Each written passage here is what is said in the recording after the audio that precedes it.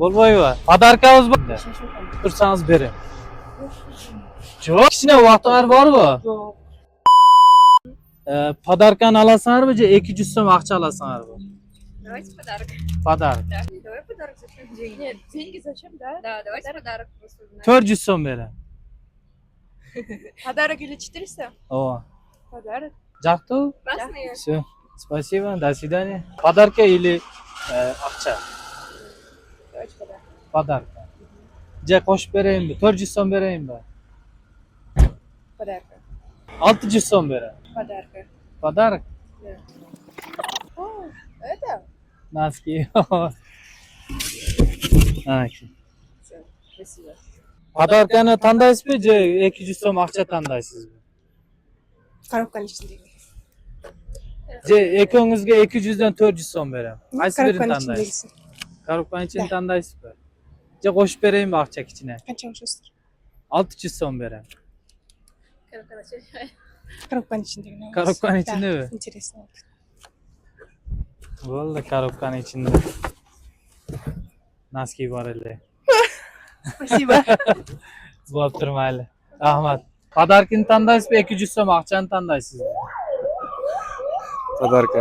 Podarka. 400 so'm ақша beraman. Подарка. Podarka. Qancha berasizlar podarkasiz? 1000 so'm beraman. Podarkani tandaysiz. 10 ming bersin. Ақша kerak emas o'xshaydi aka. Podarkamiz shunday noski bor edi. Yeb qo'ysiz aka. Birovi? O. Mayli. Podarkani olasizmi, 200 so'm ақша beraymi? Подарка. Podarkani olasizmi? 400 so'm beraman. Подарка. Podarkani olasizmi? Jemna 400 so'm beraymi? Подарка. Ha. Подарка. Podarkani olasizmi? Akamiz podarkani tanladi, hozir berib qo'yamiz. Aka shu noski bor edi, olib qo'yasiz. Oldu. Как раз o'ta kerakdi hozir. O'zi o'sha masker bo'lyapti. Qanchasini ko'rib qo'ying, qanday ekan? Sonimi? Mayli. Rahmatjon. Botir aka. 200 so'm ақша berem, или shu podarkani olasizmi? Birazını tandaş gerek mi? O. Коробка. Жоқ, коробканы тыңдайыншы, коробка. Жоқ, коробка қызықты болды, ақша да.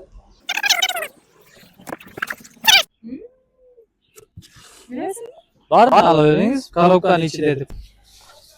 Eja, sizga hech qanday so'rov yo'qmi? Bir noskiyni kiyib qo'yasiz. Mayli, yaxshi kunlarga kiyingiz.